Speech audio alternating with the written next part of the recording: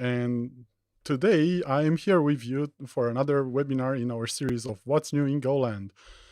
Normally, I would have my co-hosts with me, Paul and Ekaterina. However, today we have a bit of a different setup, so it's going to be just me for the whole hour. I hope you'll enjoy it nonetheless, and that being said, let's see what's new in 2020.1. Before we actually dive into the presentation, there are a couple of things that we should talk about, such as any of your questions. If you do have questions throughout this webinar, please feel free to jump in and type them in chat, and either myself or my colleagues that are watching the chat right now will be able to answer them. Don't worry, if they can't answer them on the spot, they will reply to you later, and we'll also have a blog post follow-up, which will both prepare the video recording and the answer to all of your questions. Speaking of the recording, yes, we'll record this and we'll publish it as soon as we can, and we'll also have it in the follow-up blog post. So if there are any things that you may not be able to follow along while I'm presenting, don't worry, you'll have a chance to watch them at your own pace later on. Now, let's jump to the IDE, and let's see what's new in GoLand 2021.1. As we did for the previous presentation of 2020.3, this is a live repository, which means that you can take the repository from the GitHub sources, download it, and try it for yourself. There will be a couple of links to the various sections that will go through the presentation, such as the run targets, Go support, any quick fixes that we have, and so on and so forth, as well as sections dedicated to our platform support, such as the web features, version control, database support, and plugins.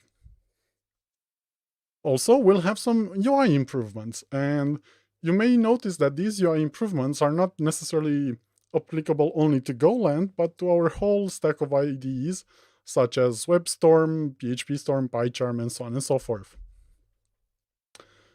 And I think that's about it with the administrative things. Let's jump into our features. I will probably start with the run targets, but I may jump through the presentation for different points, so don't worry if I don't cover them in order. Run targets. What are these? Run targets are a way for us to tell our code to run in different places. Up until now, you would be able to say, I want to run this using a run configuration, and you'd get your code to compile and run on your machine. We noticed that a lot of you would like to also run your code or debug it or test it inside, say, Docker containers, or using SSH to connect to some remote server, or for those of you on Windows, such as myself, run it inside the WSL2. So we created this feature. Let's jump to it and see how it would look like for you. Let's take this sample application. It is a web service. It has a couple of functions that are being called. And here you'll see the steps that you need to perform on your own if you want to get this up and running while you're playing with the feature. Now, normally if I would click run application, this would run on my local machine, as I said. But if I want this to run in a different place, I can do a bit of a configuration change. Now, I can manage the targets in different ways. For example, I can click on this and say manage targets, or search for manage targets using search everywhere. What are these targets again? Well, let's say WSL, SSH, or Docker. Let's go with WSL because this is something that runs locally on my machine. When you select a target, it will also introspect that target. And that introspection assures that GoLand can use that environment to compile your code and to run it. In this case, it detected that I do have the Go version installed that is capable of compiling my code. And that's about it that you need to know. For example, there's a Go path configure, but obviously there would be one since we are using Go 1.16. Now, when I click on the next button, you'll see that there is a review option for this. And there's also a add language runtime. This is useful if you want to run this against different Go versions, for example, for that run target. The option that you have by default is that you go with the standard Go version that you may have installed. So I'll click on finish because this is good enough for us. You can give it a different name than the one that we have here. And for now, I'll just leave it as is. Also note that you can change the distributions in case you have multiple distributions. I only have one, so I'm going to use that one. And let's click on that button. When you click on selecting a different run target, so I have local machine, which is the default, and now I have WSL. So I have a new option here that appeared, and it's called the Build on Remote Target. This means that when I select that option, I will also compile the Go application on the remote target, not just use the target to run it. That can be beneficial in a number of cases. For example, you have a C library that's specific to that environment, and you want to compile against it. Otherwise, you can say, I have a powerful enough machine, it compiles my code fast enough, I can compile it locally. Or exactly the other way around. Your machine maybe is not that powerful, or compilation requires more resources, so it's better to compile on the remote target. There are a few other options as well that you can configure, such as the Go tool arguments, the program arguments, and so on, that are similar to the ones that you already know. And let's click on OK. Now that we've made that change, let's click on the Run button again and actually see what happens. The application seems to run. How do I know it's running against WSL? I can expand this, and I can see that the Go path looks like a Linux one. The Go build command looks like a Linux one. And my target looks like a Linux one. So, there's a hint. How do I make sure that it's indeed running against WSL? Well, I've made a very, very simple check here. And let's make a request against our program to see if this is running or not. I prepared for this a check file, which will run our request. So I can say run and wait a bit for it. When it finishes, it says, hey, user agent. In this case, this is the user agent for GoLand. I'm running against Linux. Okay, cool. We know that. I'm running outside of a Docker container. Great. So it's not a Docker container environment. And I am running inside the WSL environment. Excellent. So we know now for sure that this works as expected. If you would like to go and configure, for example, the run target to be a Docker container, all that you need to do is go to Modify Run Configuration, select from the list either an existing Docker container configuration, or click on a new one. And here you'll be faced with two choices. Well, actually multiple choices, but first one would be where you want to run, on which Docker server. And then say build, which means build a Docker file that you may have specific for the project. For example, I have this one, which is the run target's Docker file, or pull. And in this case, you'd be able to use code completion to say, I want to pull the GoLand image, which probably is the newest one. So like, for example, 116.2 or 116.3, because I can see that 116.3 is there. By default, we add the remove parameter. And you can also type some other parameters, such as, for example, the port that you want to expose. Let's go with port 38,000 because that's the port I selected for the application itself. When you'll click on the next button, the similar thing with the introspection will happen. And in this case, you'll get to see that, this is truly a live demo. And I'm pulling the Go image from the internet as I normally would. This happens because I don't have any image in my local cache. So the Docker client needs to go to the hub and fetch the image. You can also configure the Docker support to support your own custom hubs. So for example, if you have your own custom images that you'd like to pull from your enterprise servers or from your company servers, you can totally do that. When this finishes, you'll see the same introspection step that happens with the WSL. So GoLand will go and figure out if do you have Go installed or do you have any of the other tools that I need to run this server? And when that happens, it will go forward. So let's wait for this to stop. And yeah, there it is. We have the Go path correctly set. We have a Go binary in the expected location, and everything is working as expected. I can click on the next button, and it's going to give me a similar setup as I saw in the WSL1. And that's it. Now I can either build on remote or run the build afterwards. It's a similar story to the WSL1. Similarly, you'd be able to go under the SSH and you'd be able to say, okay, I want to connect to an SSH server, but I will skip that in the interest of time because the experience will be similar to what we already have right now. Let's close this application and jump back to the README. Let's keep our presentation focused on the run part for now. And let's jump to the next step, which describes how we changed a bit the way we actually run higher level access applications. So the applications that require administrative rights.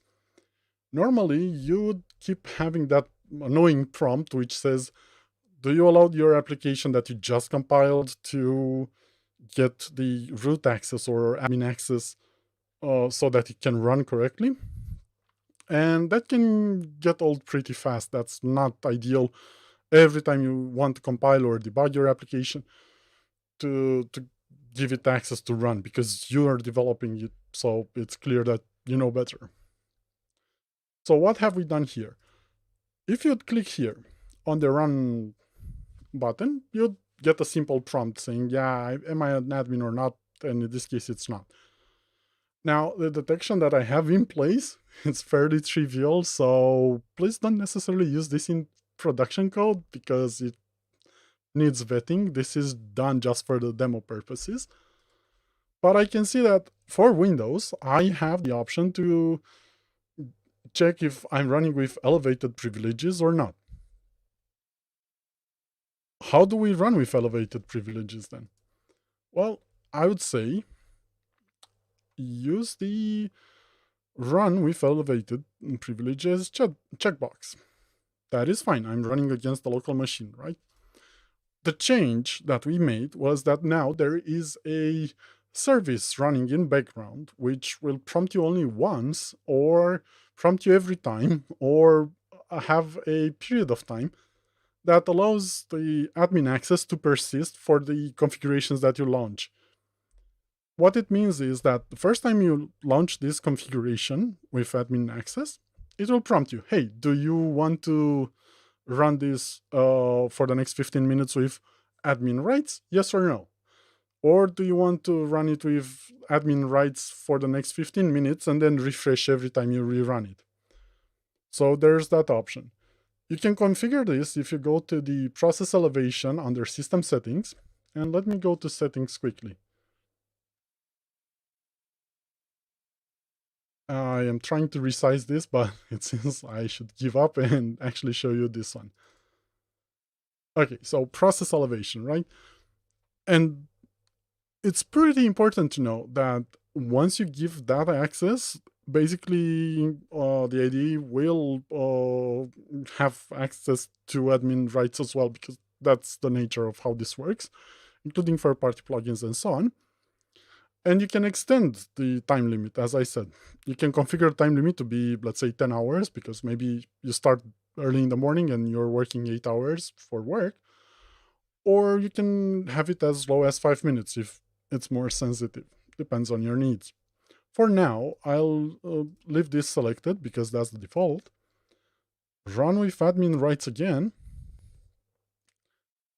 And unfortunately, you can't see this on screen. We tested earlier, but I did just granted access to admin for the process.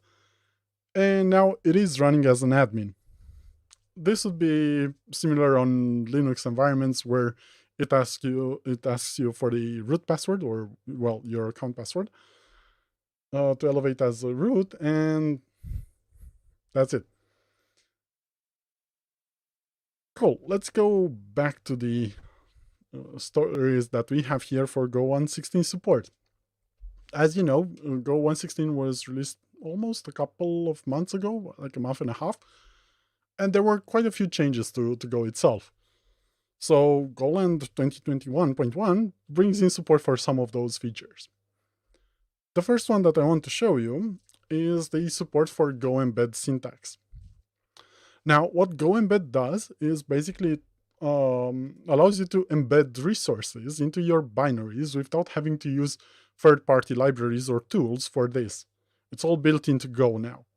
The way this works is that you have a comment which starts with Go embed, and then you have either a top-level variable or of type string, for example, in which you can, let's say, place or tell the compiler to place the resource that you want to embed. For example, I want to embed the template, and I want to embed the index HTML template, right? But that's not all. As you can see now, I have a red error here. What it says is that I must use the embed package.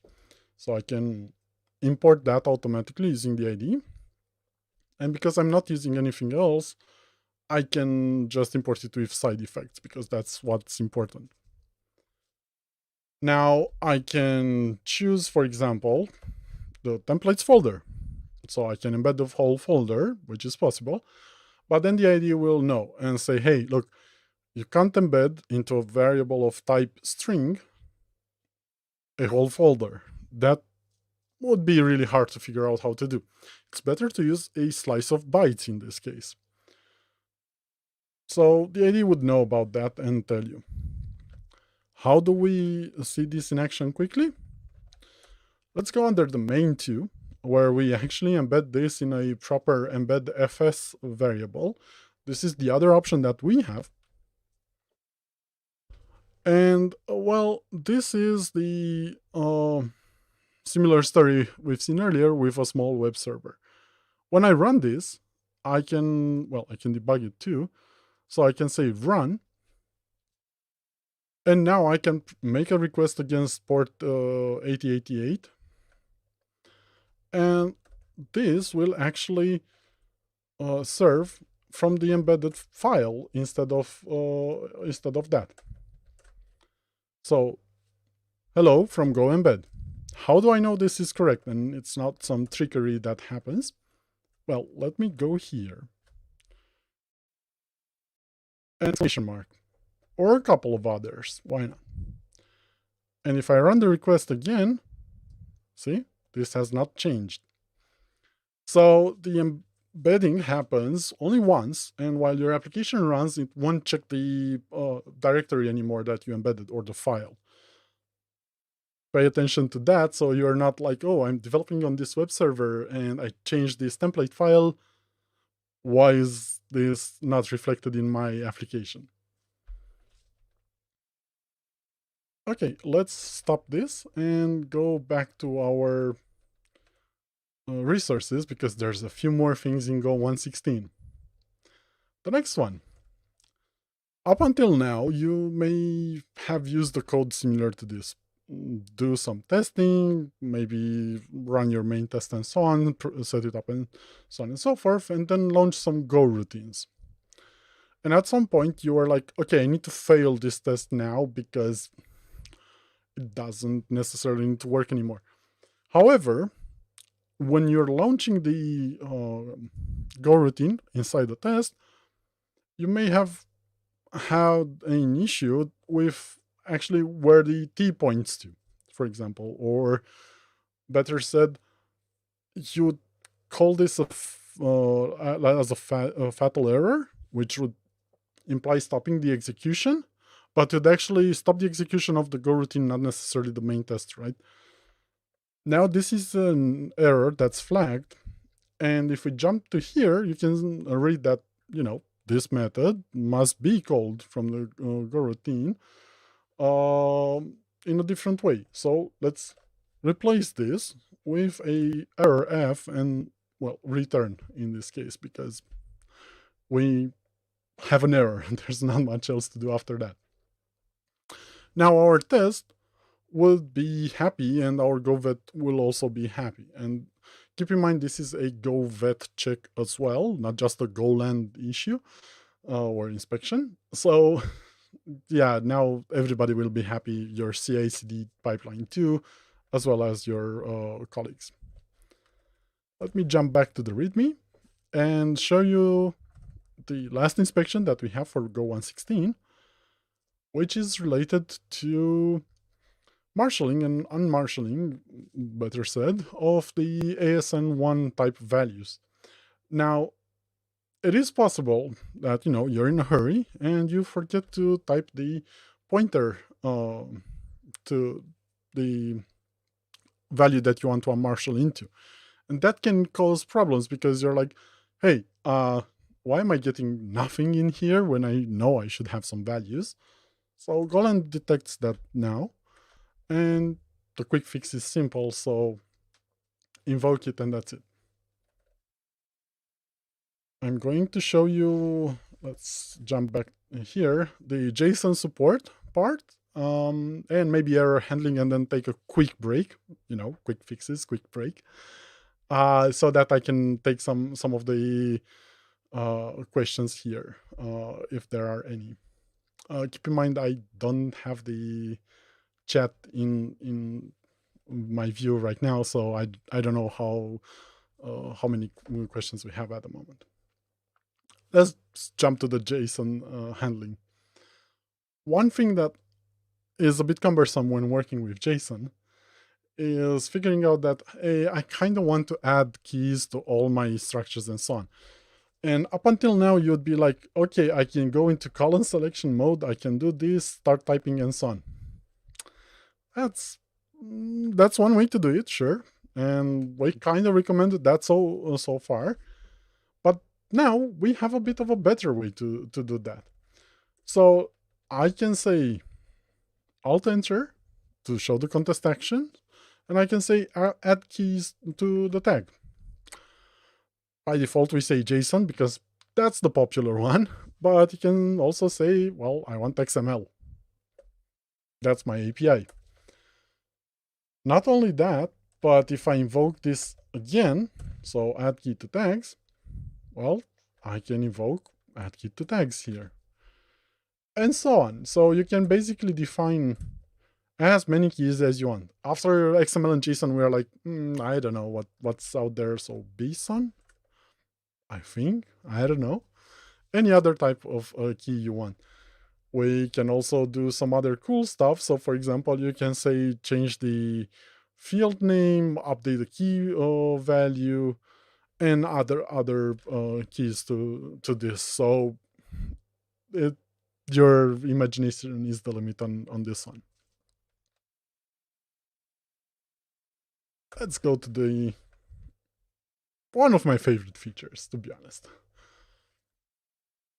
We've edited some JSON into an existing structure, right? And like everything was already typed in there. The types had the correct values and so on. The names were there. But what happens if, for example, you work on a big API, right? And you're like, I have this JSON and I just want to get it into my Go struct types and so on. And I don't want to deal with all the fields and all the values and so on. Let me introduce you to my favorite feature of this release. I think run targets has its merits. Copy and paste. And when you paste, the idea will be like, hey, you're pasting JSON into the editor, into a Go file. Would you be interested in having a look at this under a Go type? Click on yes, give it the name you want, and bam. That's how simple it is now to work with JSON. Of course, if you then want to, I don't know, add more keys, so for example, XML, sure, you can do that now too. So if you ever need to convert something from XML to JSON, that's how simple it is, or the other way around. So remember, the shortcut is copy, paste. And finally, the other JSON support feature that I would like to show you is the JSON New Line support.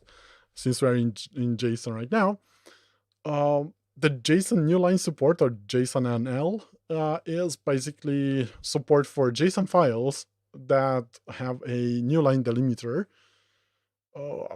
I have this file named as JSON NL, well, JSON L, but you can name it in a few different other ways. And all you have to do is basically have your JSON, then copy, paste it, and so on. As long as it's new line delimited, that is fine. The editor will be able to say, hey, look, you have some issues here, like in any other JSON file, and it's totally cool to support it like that. Of course, if you're using a JSON L into a embedded string, for example, maybe you have some embedded values that you want to edit, this will work with language injections too. Let's see where we are. Error handling. Again, this is, see, it's hard to choose a favorite feature. Error handling in Go. We all know and love it or hate it, right? So how do we handle errors for this? We have a process function which returns a string and an error, and we need to handle the error somehow. One way to do this would be we go to process here and say, well, handle error. And would you look at that? The IDE generated automatically for me everything that was needed, including the variable names and the if error not nil, and then do whatever. And you can continue to handle the error as you would. So, for example, instead of returning the error, you can say, I want to wrap the error before, or decorate it in some other way. And this works in other places too. For example, in the main function where we then return the error, right? You can say handle the error, and it's going to return nothing, right? You can also say ignore the error, and it's going to ignore it. But it's much better to handle errors. And on that note, I think we are probably good to take a small break. Let me see if there are any questions that I can address. And if not, we'll jump into this further.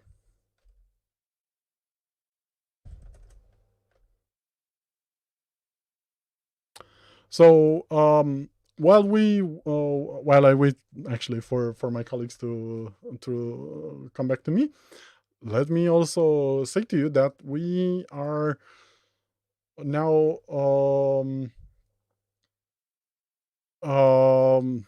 able to happily say that we are having nightly builds for the IDE. We what the nightly builds is gives to you is the ability to test the IDE with the latest features, but more importantly, the latest fixes, so that you can, let's say, for example, maybe you have been waiting for a certain bug fix, and then yeah, it's gonna be present as soon as our team fixes that. It's available only through the Toolbox application. So let me bring up the website where you can get this. It's called the toolboxapp.com. Well, toolbox.app. And it's going to send you to the Toolbox app here. It's totally free. You can download it, and it's going to manage your IDE installs and so on. And part of your installation is you'll be able to install other IDE versions. So, for example, previous versions, or as is the case in this screenshot, you'll be able to say, oh, I want to check out the preview version or the nightly version in the case for GoLand. And that's going to give you the ability to stay on the edge. Now, keep in mind, nightly builds are just that, nightly builds. It means that they have no testing, but they may crash a bit more. So don't necessarily use it as your main driver unless you like to be on the very edge of development. Okay, I will continue with the presentation as I see that my colleagues have handled all of this. And don't worry, I'll share the link to the repository at the end of the presentation, so that we are good to go. Get it? Good to go. So yeah, let's go forward. Some quick fixes. One of the favorite quick fixes I had before was the fact that I could just type my whole structure, and I would be able to say, yeah, just create me the type, and then it's populating the missing type and so on. What you can do now is not only you can create the missing type, but it will also create the fields, for example, for structures. That's pretty awesome because it means that you can quickly prototype your code as you want. And then, yeah, you're like, hey, I have the structure as well. No more need to like go back, do the type, struct, whatever fields. No, that's it. The type conversion quick fix has been improved. If before you couldn't, like, there was no way for you to convert easily, like you had to manually type the casting here. Now you can say, yeah, this is a string, move forward and let my code happily compile. And if I go back here, I could give you the latest into generating getters and setters for a structure. So how does this work? Well, let's say you have a structure that has private fields, right? For public fields, it's a bit questionable. But for private fields, you need to access them somehow from a external package, right? So how do you do them? Getters and setters. Now, it is possible, besides the constructor, to also generate getters and setters, or generate only getters or only setters. So let's do just that. You'll be asked, hey, what kind of like fields would you like to have in there? Maybe you don't want, for example, field 2, right? Or maybe you want it and you don't want field 3. So you can configure all of this. And afterwards, you'll be asked, do you have any particular receiver in mind, any type for the receiver? And bam, getters and setters generated for the whole thing. And it works with complex fields too. So for example, this one was a structure type, so it works. And that's it with quick fixes. Refactorings. You've seen probably earlier that we generated that inline type, and you're like, that doesn't look great. I wish I could extract this into its own type. Or when I pasted the JSON, it was the similar thing. You're like, yeah, but it's inline. What do I do now? Because I don't want the JSON to like be all crowded and so on. I want to have a different type. What you can do is you can invoke the refactor this. The only shortcut that you need to know about refactoring is refactor this. Let me bring this again on screen just so that you can learn it faster. So refactor this. Introduce type. And now let's, I don't know, give it a type. Let's say sub demo. And bam, I just created a new type from an existing, well, anonymous type. Is it that not cool or what? Moving forward, Go modules. Well, for Go modules, we have something special. Remember all those times we were like, I'm just gonna quickly prototype something, and then yeah, from the renamable module, you were like, yeah, but now I have a whole application which is basically used everywhere, and like I just need to rename this. Or, and that's the part where this feature shines, I need to upgrade this to version 2.0 or 3.0. And now I need to change all my import paths for this module. How do I do that? Well, remember that, refactor this, rename, and it instantly knows that you're trying to rename a module. It's going to ask you, okay, let me rename this as a module, right? V2, and click on the refactoring. Now, you'd probably notice that this was instantly changed, right? And look, I could bump the major version of the Go module in an instant.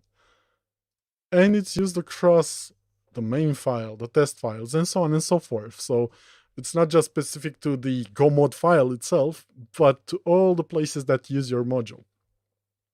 Think about how this will work, where you need to bump a library version from version 0 or 1 to version 2. It's going to work across all your repository. So that should help you bump versions easier. And I hope you'll enjoy doing so. Let's go back to the README and hide the panel here. Another feature that I would like to say that I'm really happy about. So up until now, we had support for the formatter, right? And the formatter itself was pretty similar to GoFMT. It also worked as goimports did, but something was missing, specifically the imports grouping part. It had its own logic, but not necessarily everyone agreed with that, and some people wanted to be able to customize how that works, pretty much like goimports-local works. So what we did in this release, and let me scroll up a bit because this is the fun part. If you go to this path of preferences or settings, editor, code style, go imports, and enable import grouping, let me copy this one and open settings here. Search for import grouping under code style go. See? You can say, I want to group imports and I want to group them in a single import and so on. And the new feature, group imports, right? So I can say, oh, I want all my imports to be grouped, either for the current project to detect and use the logic that we used to have before, or for the imports that start with a certain name. Now, this is a comma-separated list, and you can define, let's say, different names. I'll use the local module because that's the name that I have. I want to keep separated. And I'm going to click on OK. Nothing will happen because these are already imported as expected, right? So what happens if I uncomment these? I am not pressing save, right? And the imports were managed automatically into the correct place. Let me show to you this again. I am not pressing any save, and this works. You may be wondering, but Florin, you have an error there. Yeah, that is true. I have an error there because errors is not necessarily imported right now, right? Is it? It's not imported because the IDE doesn't know which errors. Is it the PKG errors or any of other errors? oh, it's going to be PKG errors because that's defined in the Go module.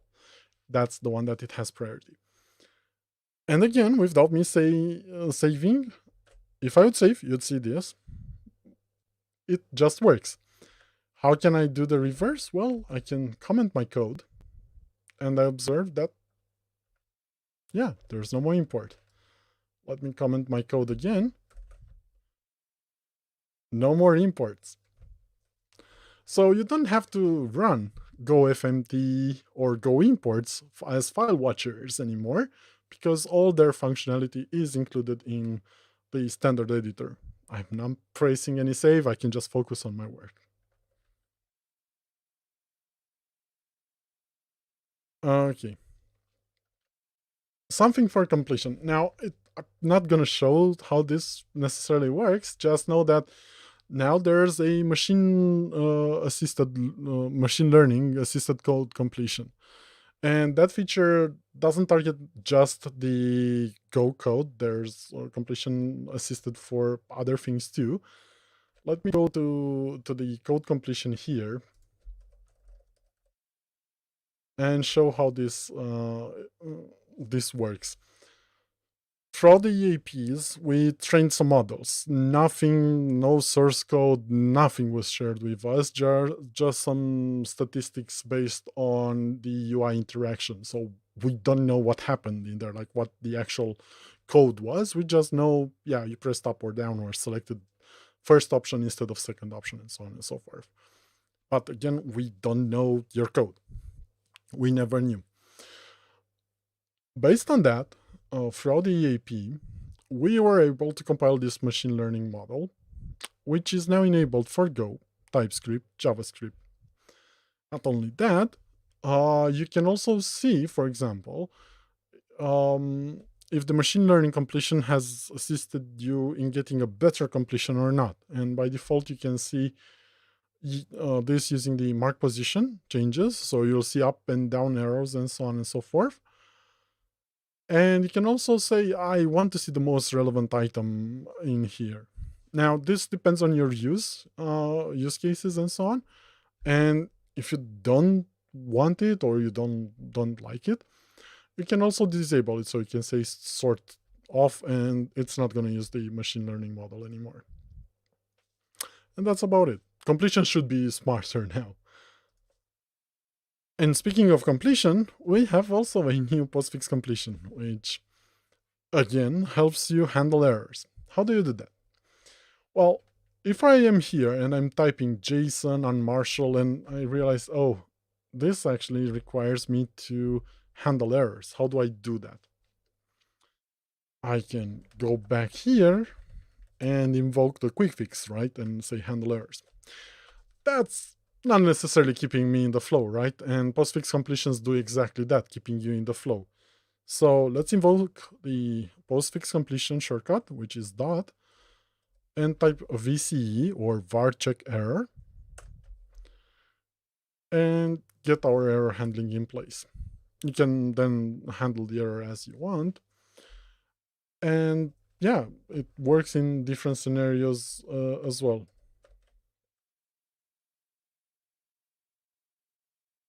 Pretty cool, right? So it's much easier to handle errors using 2021.1.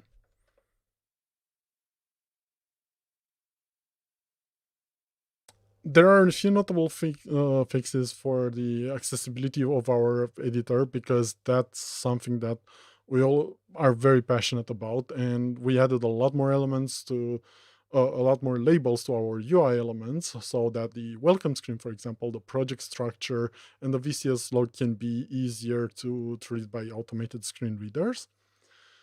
And the elements and gutter icons are now correctly read when a screen reader is enabled. So hopefully this will make the life easier for those of us that need such a technology. Besides that, if you need, for example, to change the way that the font is displayed because it has a different weight variation or anything like that, if you go under editor and select font, let me go here quickly. You have the typography settings here, which you can expand, and you can say, I want the main weight to be thin or extra bold. So that should allow you to customize the font settings that you need. And for example, for bold settings, I can say I want extra bold or normal bold. So this should be a welcome change. Another feature that we have, and I kind of wish I could demonstrate it to you right now, but I'm in Zen mode. So as you can see, my whole desktop is replaced by the IDE itself. I can just focus on what I need to do for being productive. I can show you a screenshot, however, of the jump list support in Windows, which allows you to basically jump into the recent projects as needed. You need to right click on this and it's gonna show you the list of recent projects, and hopefully that should make the Windows users happier. I know it made me. You can also, if you're using tabs, so something I'm clearly not using since I'm giving the presentation in Zen mode, you can double click on them and maximize them or make them smaller again. The makefile support is now built into the IDE. We bundled the previously downloadable plugin. We noticed that there's a desire for that to happen, so we're like, yeah, sure, it makes sense. Let's bundle the makefile plugin. And now you just need to open any makefile. Actually, let me show to you that I'm really editing a makefile. And it's all from the IDE. Now, I can't run it because obviously I'm on Windows and I couldn't be bothered to install all the make support. It's really complicated. That's why we have WSL support now to the run targets. It's so much easier. For Docker, speaking of run targets, for Docker, we have a bunch of new changes. One of them that you may instantly recognize is that there is a separator line between stages in multi-stage Docker files. That's made to help you quickly get a grasp of where those stages are, especially useful in large files. Folding is now supported too, so it folds on the stages and so on, so you can be quicker to identify those stages. Let's say, okay, cool, this is all nice and good. I want to run this, right? And I can say run, and oh no, it's taking too long. Now I can cancel it. So it is something that we couldn't do before. Now it is possible. Unfortunately, I was too slow for that right now. But yeah, you get the idea. You can cancel that. Completion. Yeah. So we have completion for the containers here. So you can say, I want to use Alpine, let's say 1.13, and it's going to work. So any image name can now be completed here. And finally, the last improvement that we have is that if you go under the edit for this, and for example, you want to change the bind mounts, right? So you can say, I want to bind the mount here, and I want to select a host path. You can now use some macros. So you can start with the $sign, and then the project directory or the user home directory can be chosen. So in this case, I can use the project directory and specify anything else. And I can say here, whatever container path I want. And it will work automatically. It's also useful if you want to share the run configuration between users. I'm not going to do that because this will be shared with you guys afterwards. So yeah. And finally, something that you may have noticed is the BuildKit support.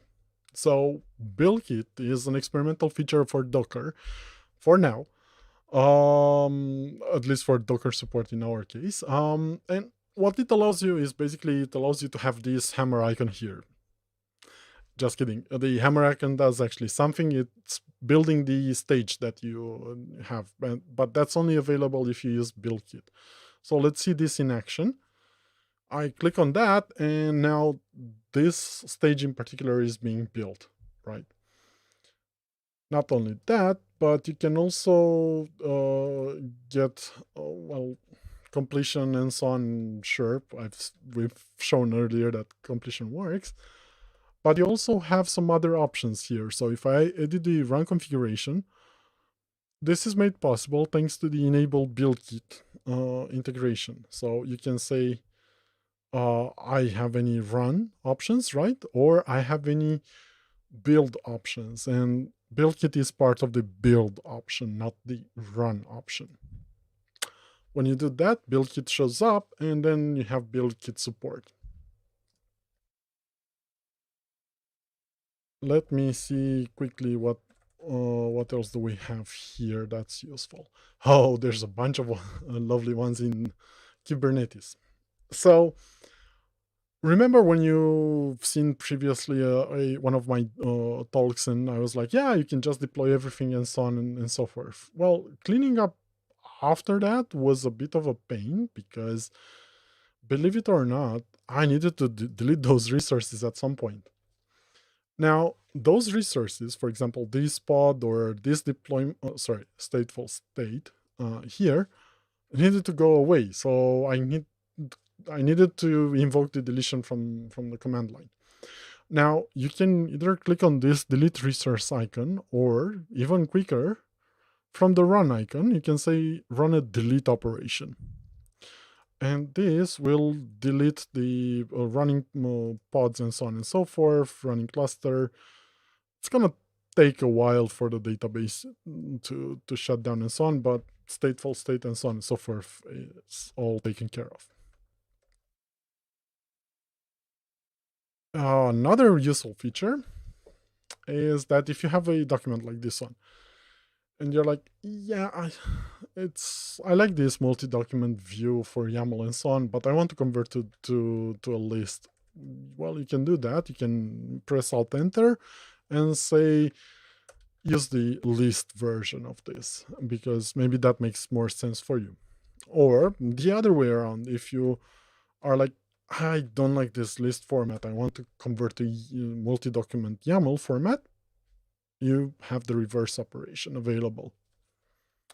And finally, there's some customized 3.7 features that are now supported as well.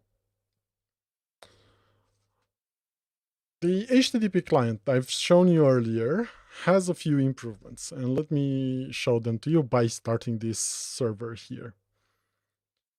Okay, we are up and running, so yay, this presentation is about Florin starting web servers written in Go.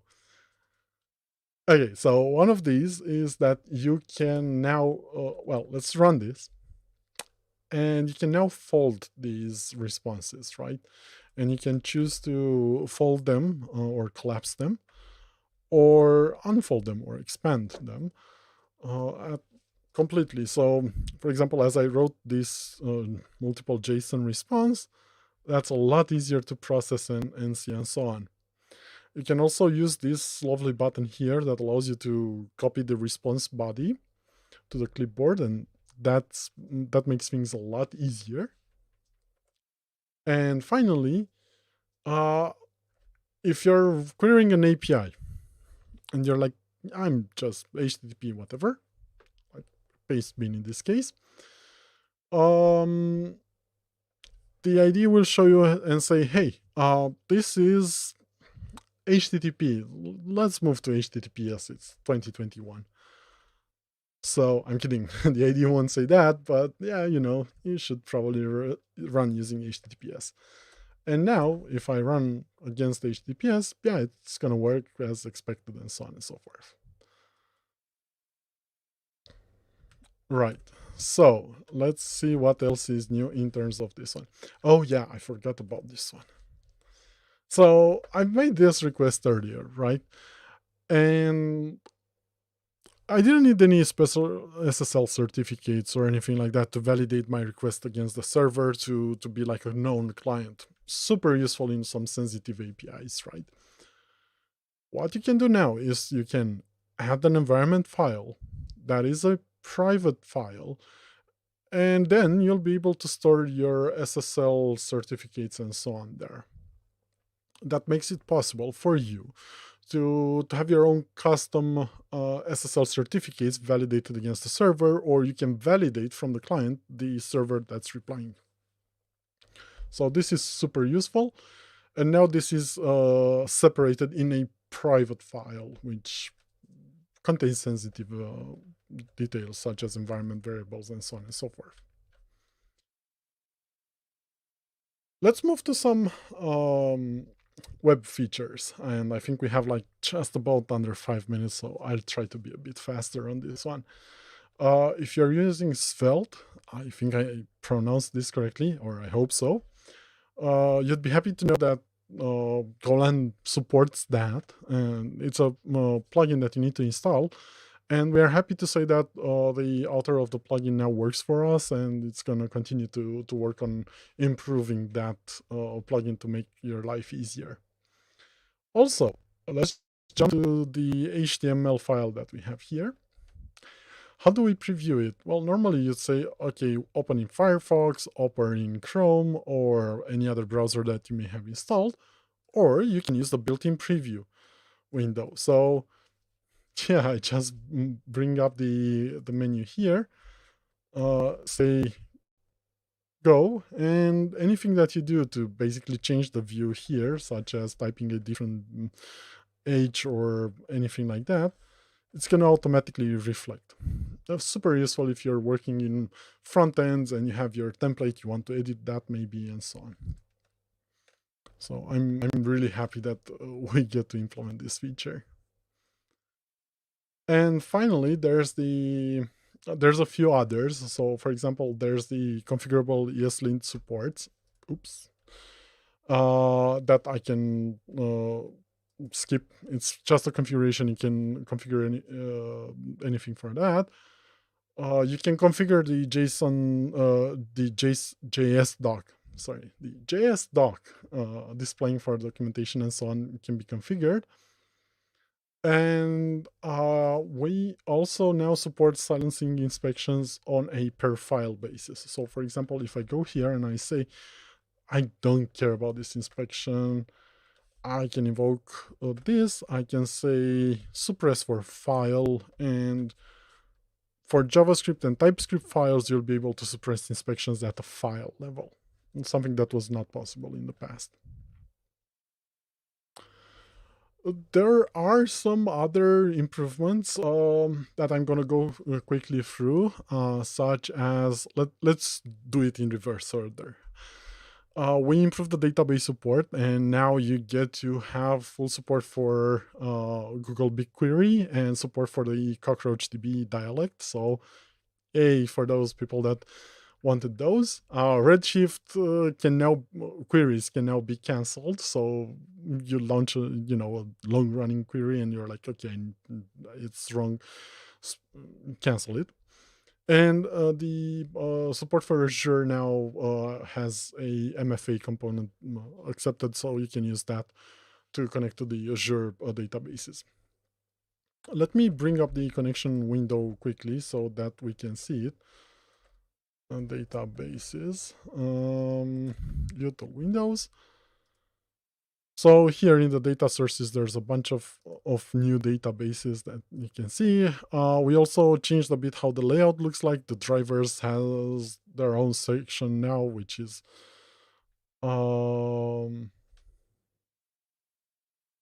basically, standalone, and it allows you to control the drivers at a different level. You can create the data sources from there and so on and so forth. Download the missing drivers.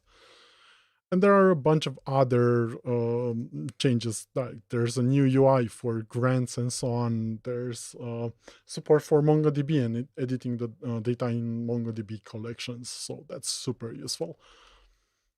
And finally, there's a bunch of changes for the version control support too. So for example, you can now have git commit message templates, which is super useful if you want to have a standardized layout for your git commit.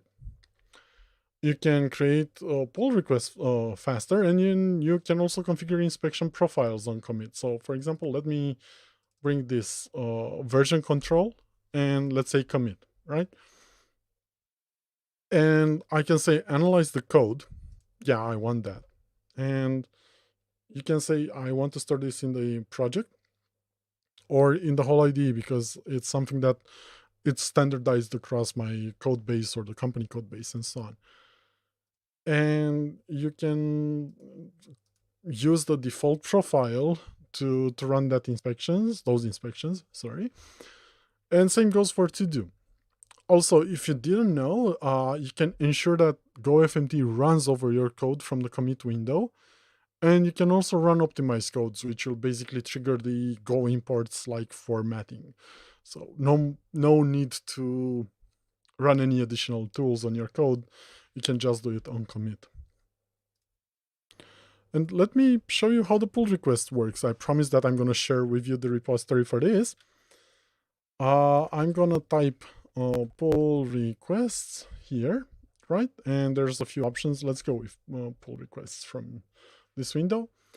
This repository sadly doesn't have any pull requests active, but let's create one. So I can click on the plus button. And let's give this a title, support for 2021.1 features. Add new features, right? I can assign reviewers, I can assign a person that's responsible for this, I can assign some labels. So for example, I can say, yeah, this is help wanted or anything like that. And I can view the files that will be part of my pull request and the commits as well, and the commit details for each of those. And I can say create pull request. And yeah, that works. How do I know that it worked? Well, if I go to, let me switch to GitHub, what's new in GoLand, and let me bring the browser here. So if I switch to here, I can see now there's a pull request that was opened 25 seconds ago. Clearly, it's opened by me, and I can see it from here. Or, of course, I can use the support for pull requests and like make a conversation and do anything like that from the IDE. So let's say I said hello from GoLand and hello from GoLand. So yeah, that's pretty much it. The repository that you're looking for, in which the presentation is shared, is under the JetBrains organization, What's New in GoLand. And yeah, I guess I can merge the pull request from here. So yeah, that's pretty much it. Now the repository contains the 2020.1 features, and this is the whole presentation that you've seen. That's about it. Let me quickly address a question that I see in chat. Why am I not using MVM instead? Well, I'm not using NVM for a simple reason. This is a demo. Normally, I would probably use MVM, but in the case of a demo, I have a bit of flexibility here. As I said in the beginning, this webinar was recorded, so thank you very much for watching it. If I was a bit too fast on some of the things, I apologize. You'll find the recording soon enough on our website. If you have more information, please go to our website, jetbrains.com/go, or to follow us on Twitter, go to our channel on YouTube, read our blog, and if you want to follow me on Twitter, I tweet mostly about our ID anyway. So thank you so much for being with me today, and hope to see you soon in our next webinar.